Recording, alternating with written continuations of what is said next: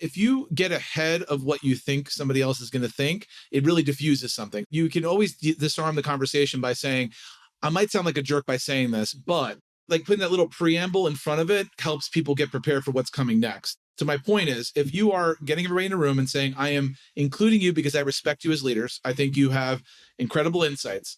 I'm going to tell you that if we have 15 ideas and we can only pick 3, 12 of you are going to feel some sort of way at the end of this. And I want you to know that it is not personal. This is what has to happen for us as business leaders. And if you have the rules of engagement spelled out ahead of time in that meeting, not to say there won't be any hurt feelings, but there'll be less, just because it was very clear.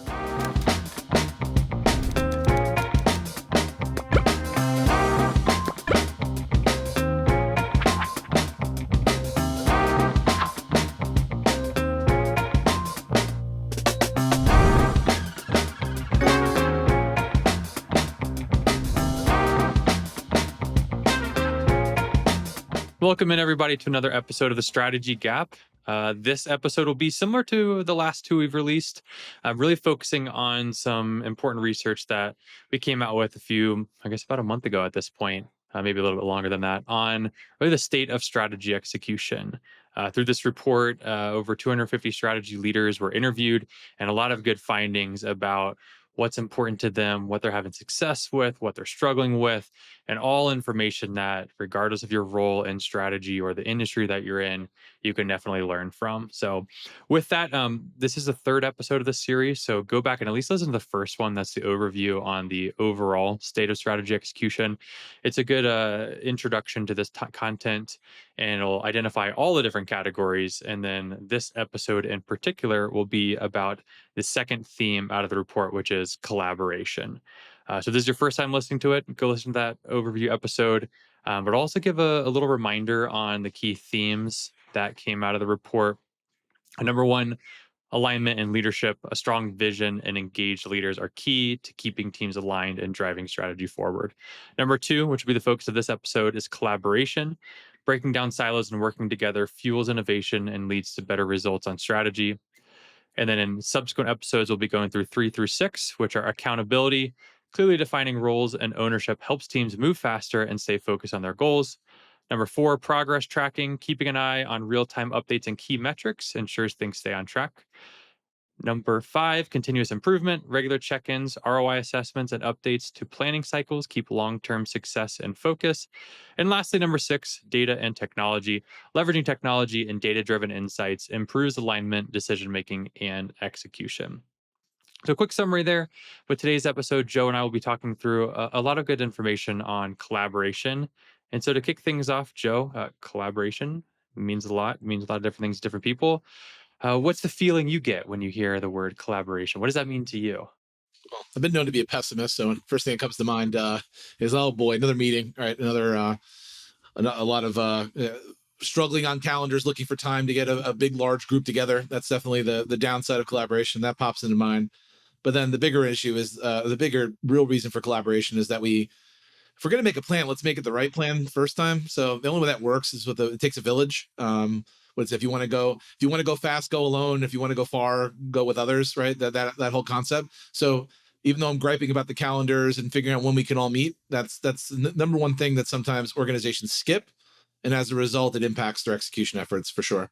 Yeah, I'd echo a lot of those comments. I think we haven't talked much about like our individual roles on this podcast, but I've been moving more into operational role and much more heavily involved in the people aspect of the organization. And to me, that's, I feel like, the biggest thing in this conversation for collaboration is it's not, I mean, getting better results is certainly important, but I think a big portion of that is making people feel like they're involved and that they understand the why behind things, and like that's the ultimate impact that you feel. But we'll go through all that and more as part of this conversation. So, really, to kick things off, wanted to focus on kind of one of the other big buzzwords when it comes to collaboration, and that is the ever so popular silo. So, one of the results that came out of the study was that 77%, so a good number of the respondents of these leaders reported that silos between their departments hindered both strategy execution and also innovation. So innovation we don't always talk about within the confines of strategic planning and strategy execution on this show, but we've had some episodes about it. And ultimately, if you are executing, you should be also innovating. So knowing that stat, Joe, 77% kind of reported that silos exist, they're having an impact. What do you glean from that, or what have you seen from your experience? Well, it matches reality for sure. I mean, when you're looking at, because to Jonathan's point, he's looking more inward to make sure that Achieve It can do the best they can for the people that work here, as well as making sure that we are the best organization we can be in terms of how we serve our clients. So it all comes together. My role is still very much focused on being customer facing, so I'm using that as the lens. We do a number of new implementations per month, and sometimes I'm a part of them. Sometimes I'm listening to call recordings, and this is like the number one topic that comes up when they organizations we're speaking to. They're saying, okay. We're a certain size municipality. We have our strategic plan, and we want to definitely track that. But how do we connect the climate action plan? How do we connect the Parks and Rec plan? How do we like get all these other plans that exist into one place? But also, how do we make sure that they are speaking to each other so that each plan doesn't have a duplicative efforts across the board? And it's something that there is no great answer for. It's a case by case thing. So first and foremost, going into the conversation with an open mind, knowing that silos should be avoided. I think it sounds like saying stating the absolute obvious. But if you're an organization that has multiple departments, you have to make an effort to keep people involved. Mainly because if you don't, what's going to happen is that people are going to start thinking that their silo is the company.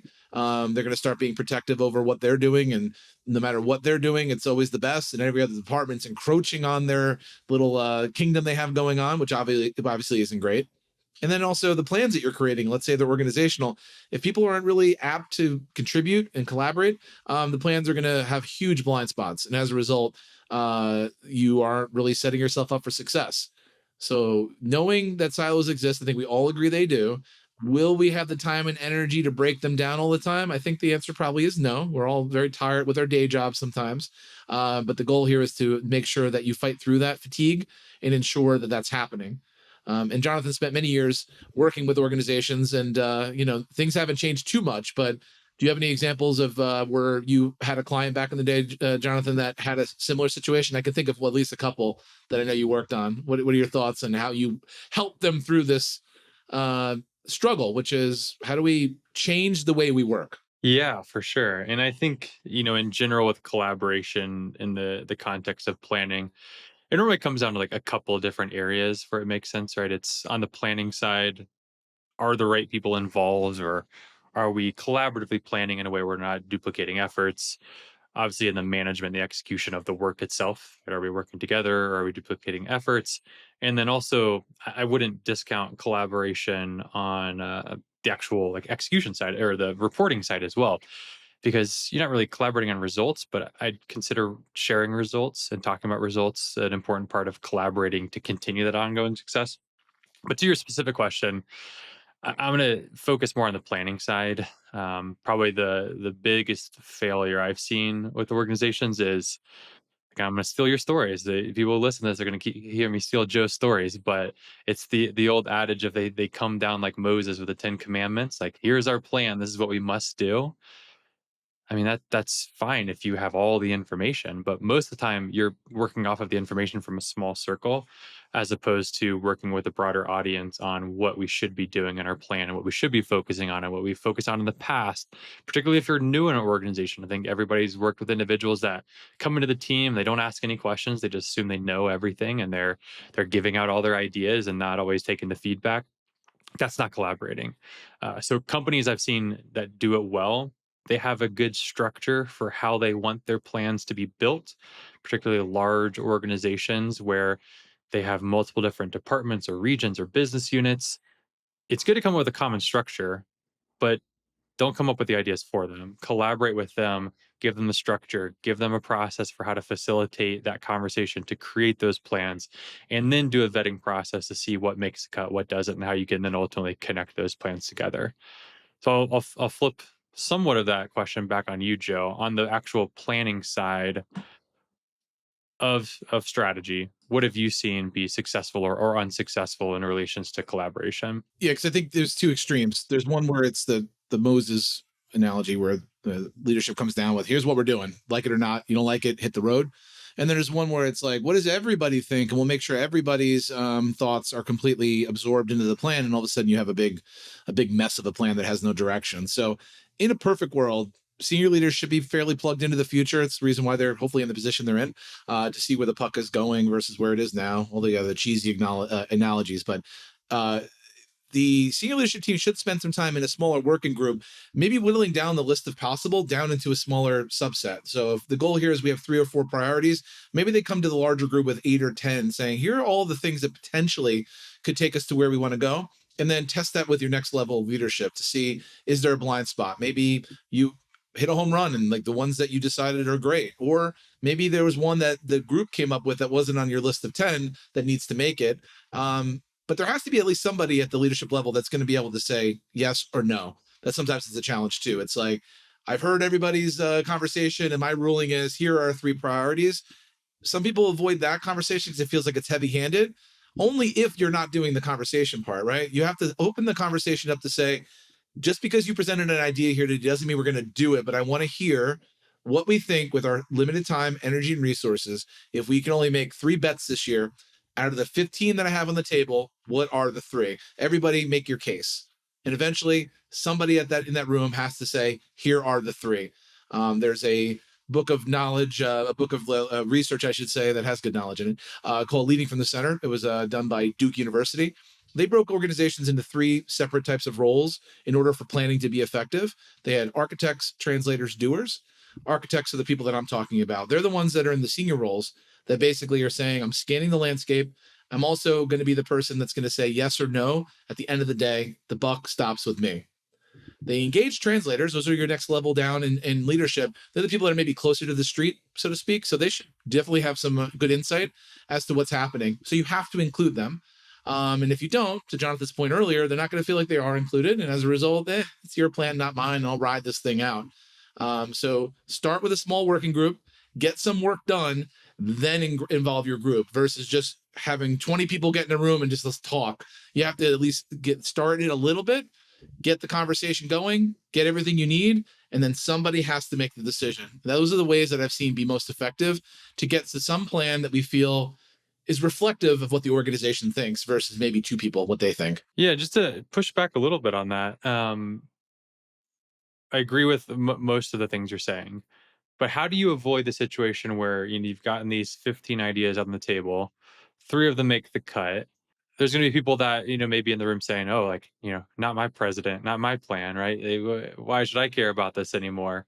How do you get them over the hurdle from that standpoint, or what have you seen organizations do? Because if someone's then disengaged because they don't agree with the decisions that are made, that is it's not even collaboration. It's the opposite of collaboration. It's going to have damaging effects to the execution. So, what have you seen people avoid that and make sure that, yeah, you know what, we couldn't get all these ideas done, but this is why these other ones are still important. Yeah, I was a big fan of the Masterclass website. I don't know if you remember that during the COVID time, Masterclass had all these amazing teachers, and you can like learn how to make bread from a master baker. And Gordon Ramsay will teach you how to make eggs. It was pretty cool, I must say.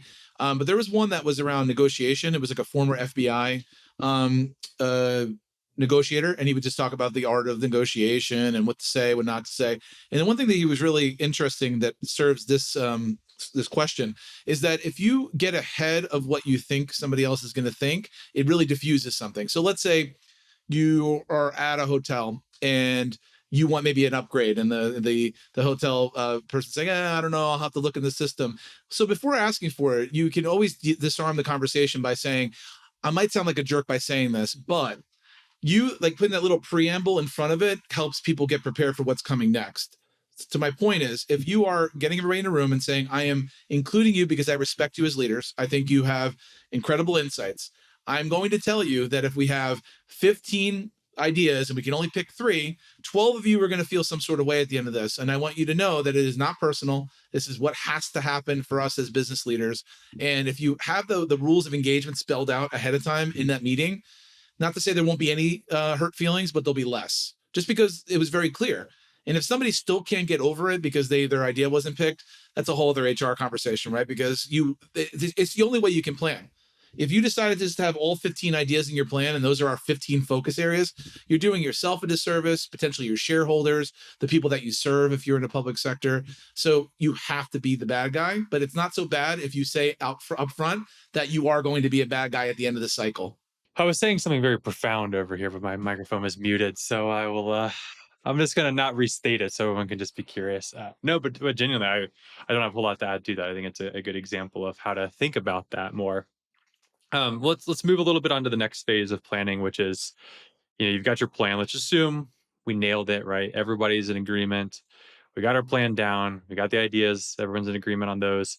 And now we have to actually do the work. What we found through the survey and the respondents agreed upon was that organizations that had strong cross team collaboration saw a 2-time increase in strategy achievement. So, when you're thinking about your goals, how much was accomplished, twice as much, which is pretty impressive number. Now you can argue, all right, strong collaboration to one organization is different than strong collaboration to another organization. But I think there's enough beyond this that shows, yeah, if you can figure out collaboration while you're actually executing the work, you're gonna not only see better results, but you're gonna have less duplicative efforts, less competing efforts. People are going to be more aligned on their goals. So thinking now in terms of we're doing our plan, what advice would you give for those that are in this stage, or what have you seen companies do successful for really increasing that collaboration on the doing side of the plan? You would think that this would come naturally just because if you're creating a strategic plan and you're a multi-department group, then a lot of the things that you're working on can't be done unless something else is done in a different department. Or maybe you're more of a support function where you're in finance or in HR, where you're doing things that impact all the different departments. So, by the very nature of that, you all should be getting together fairly regularly. I would say monthly is a good place to start and getting that scheduled ASAP, right? So if you're in that meeting where you're creating the plan, sometimes people are so exhausted by the end of the day, they're like, I guess we'll talk about it next time we meet. No, be purposeful with it. Every month, we're going to repurpose 1 hour of our normal leadership meeting to talk about the strategic plan. Like getting that rule figured out ahead of time so that it's just the way we do things is really incredible. That honestly, at the end of the day, is the one thing that I see more often than not for folks that don't have a plan. I'll check in a month. Oh, how'd that meeting go? That collaboration meeting you're supposed to have to review the strategic plan with all the different departments. Oh, it was spring break last week and we had to reschedule. I'll ask them the next month. How did it go? You got to reschedule. Oh, we had it's a real big issue. We had to reschedule. You can give yourself maybe 2 reschedules before it's never going to get scheduled. So if you find yourself careening down that path, I'll give you a pass on 1. It happens. If it goes past 2, it's never going to happen. And as a result, you're going to blink. A year has gone by, and you're going to be no closer to your plan being executed. So at the end of the day, it is once again the basics. How do we get the meeting scheduled? How do we make sure that the agenda is pretty clear and that we also have the space to do it? So don't make it a 10-minute briefing. Make it within reason. An hour is pretty good. 90 minutes will be better. To make sure that we're making updates and providing support to each other. Because if you're using a system like Achieve It, you should be coming into those meetings knowing what already happened. And now you can use that time that you had, that hour, to discuss what you need from each other. And that's the real reason why you're together. And though Jonathan mentioned in the past, he looked into a little giveaway that basically was a way for you to type in the salaries of all the different folks in the meeting and hit go. And at the end of it, you can spin it around and say, this meeting cost us $300,000. Was it worth it? If you're going to have those meetings, they better be worth it. And the first step is to have the meeting, which many times isn't happening. And I'm sure you've never experienced that before, Jonathan, the meetings being rescheduled, right? No, definitely. All of my meetings happen on time with an agenda and are very productive. I'm going to take a little bit of different response. Actually, I don't disagree with you, but I think in addition to that, the natural approach when people think about silos is, like bang on the table. It's like, we got to remove all the silos.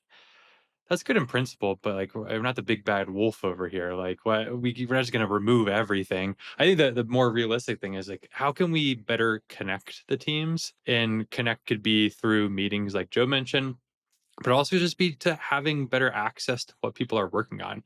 Nobody, I mean, unless you're working in very like secure private information, most of the time the information isn't that secret where the other teams shouldn't know what's going on. So whether it's just sharing access to your plans wherever you're storing them and Achieve It or a different system or SharePoint or whatever the case may be, whether it's having open conversations about it in company meetings or all hands, or whether it's just having the ability to quickly Slack or message or hop on a call with somebody to ask a question. I think that's where collaboration starts is just like at the ground floor and making sure that people actually are used to talking to each other and know what people are working on, so that whether it's something that they're actively working on together and they can more quickly solve an issue, or what happens I see a lot of times in organizations is people are trying to figure out something and a different department did the same thing 2 years ago.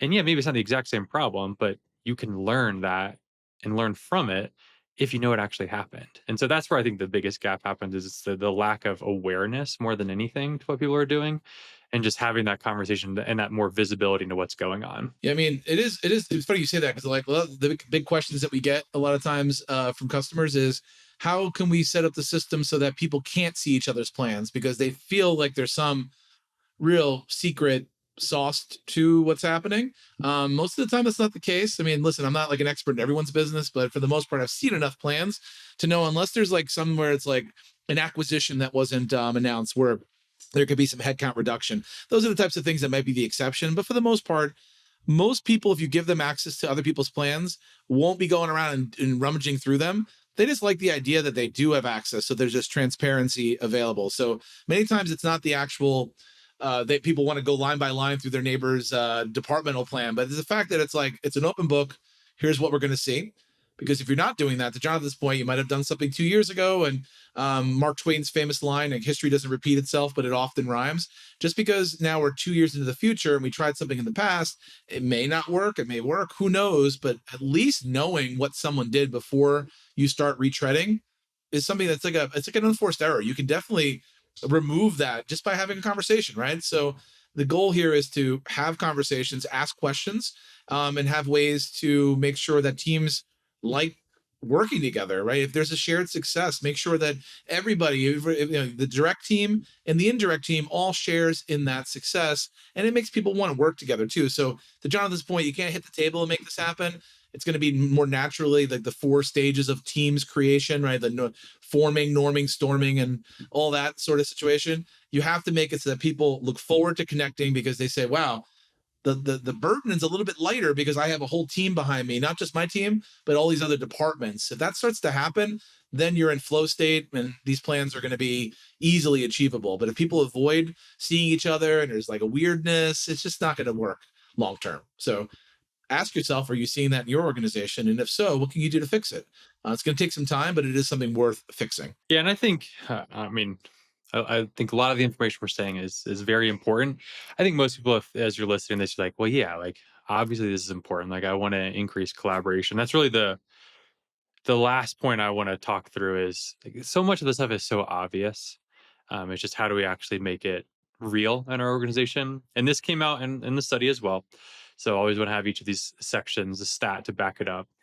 Kind of two pointed stat here. The first is that 77% of the organizations had a formal strategy in place to promote collaboration and break down in silos, right? So everyone agrees it's important. We got to do it. But there's a big but. 79% of failed strategic initiatives, 77%, so large majority of organizations had a formal strategy in place to promote collaboration and break down silos. So everyone agrees, very important thing. However, 79% of failed strategic initiatives, they reported the cause was from poor collaboration. So everyone wants it, they agree collaboration, breaking down silos is important, but 80%, 79% failed because of poor collaboration. So really this brings up kind of the conversation we're going into, Joe, is everyone wants to do it, everyone says they're going to do it, but at the end of the day, they don't always practice what they preach. So what do you think the main reason is for that, and how do people overcome that?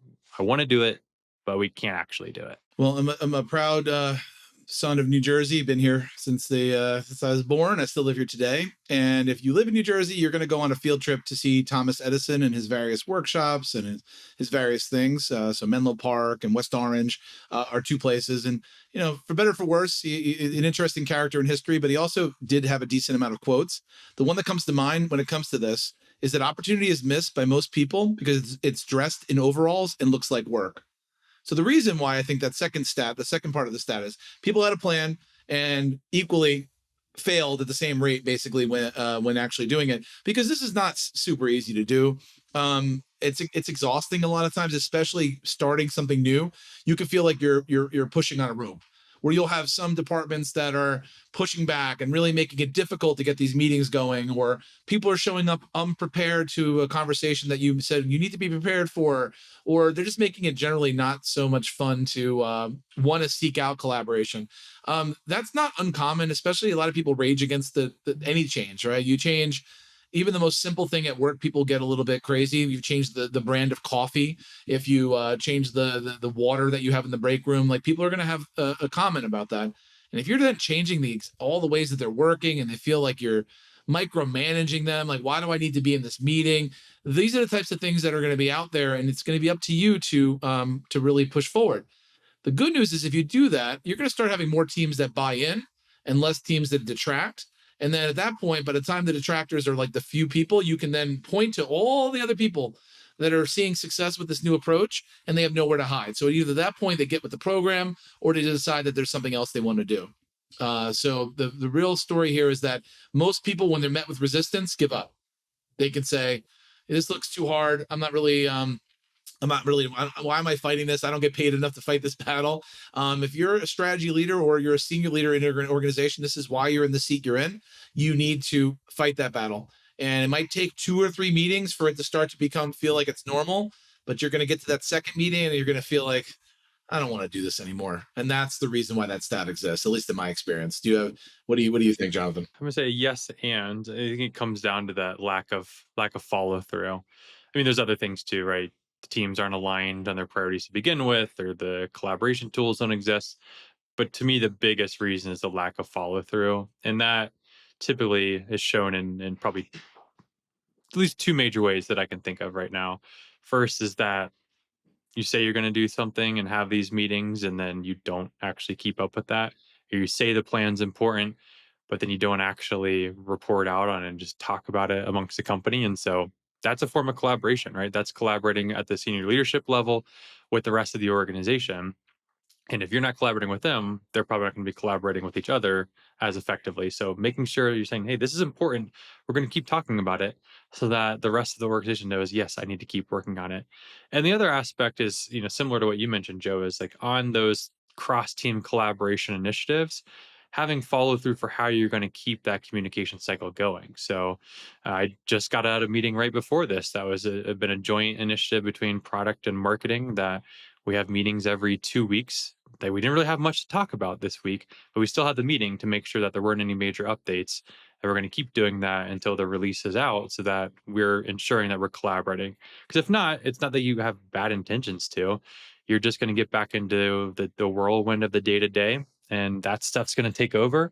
And you're going to blink, like Joe said in his other example, and the year is going to be passed or month's going to be passed, and nothing's been done in collaboration with the other team. And it's probably too late at that point because it's hard to catch back up when you're working across teams on something that you haven't been doing for a while. So much more to it, but those are the immediate examples that come to mind for me. And as you're saying that, it makes me think too. Let's state the obvious. If you're going to run the meeting, make it a good meeting, for crying out loud, right? We've been in some meetings before where you're like, what is the purpose of this? There's no agenda. There's nobody running the show. There's no action steps. There's no decisions being made.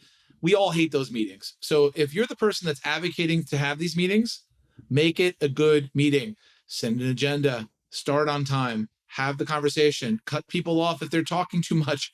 Call on people that aren't talking to make sure that you get their thing. So there's a lot of like meeting mechanics that sometimes we forget about when we're further along in our career. And think of the best meeting you've ever sat through, one where you came out and go, I feel really connected, or that was a good use of time, right?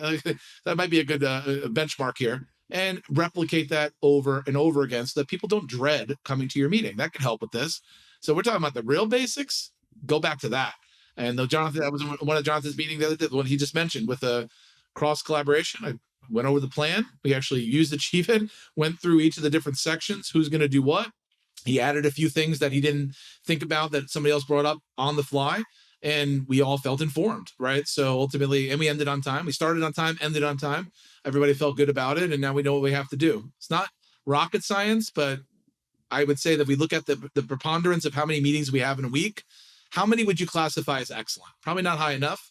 So all you can do is look at your meetings, especially if you're a strategy leader, and ask yourself, is one of those meetings that people dread or one of the ones they say, this was a good use of time? That will really help with long-term collaboration. Yeah, and form your own opinion about, yeah, I mean, Amazon and Jeff Bezos as much as you'd like, but one of the stories that's often come out about Amazon is, and his approach is having meetings where what the first, I'm going to butcher it, but the first however many minutes, it's you're just reviewing the brief for kind of what's happened. Now, I maybe would recommend a little more collaboration talking to that, but I think what it does enforce is that everyone's going to be prepared because somebody has to pull that brief together. It's forcing that you've read the brief. I think everyone's been in meetings where it's like, hey, here's the agenda, or hey, review this beforehand. And you get in the meeting and you know that nobody's done it. So at least having some sort of activity or behavior that forces that people are coming into that meeting prepared is really important to continue that follow through. And also make sure if it's something ongoing, schedule that meeting, the next meeting at the end, or make it a recurring one so that it's going to happen again. If not, you're going to get a week down the road and be like, ooh, we forgot to record or schedule a meeting. And then you look at calendars and everything is already booked up. So simple mechanics can be important. Alrighty, well, Joe, that's mostly it. Anything else on the topic of? I mean, I'm sure there's plenty, but anything else on the topic of collaboration that's worth diving into in more detail? As with most of the advice we give, it's the basics and then doing those basics consistently. You can't just do this well for a month and expect that it's going to stick. You got to be the consistent voice in the wilderness that's having these meetings, making it a good meeting, making sure people feel connected, being the bad guy sometimes where you have to say no to people, like all these types of things. If you do it consistently, it'll just be the way that you work and people won't even think about it for another moment. But there will be some short-term pain or fatigue. Fight through it. The other side of it is worth it. So good luck out there. And if as always, this is just one of the many reasons why an organization can be successful with execution. And on our next episode, we're going to be digging into another aspect of what it takes to be successful in strategy execution in your organization. Perfect. Well, thank you, Joe. Thank you, everybody. And we'll talk to you soon.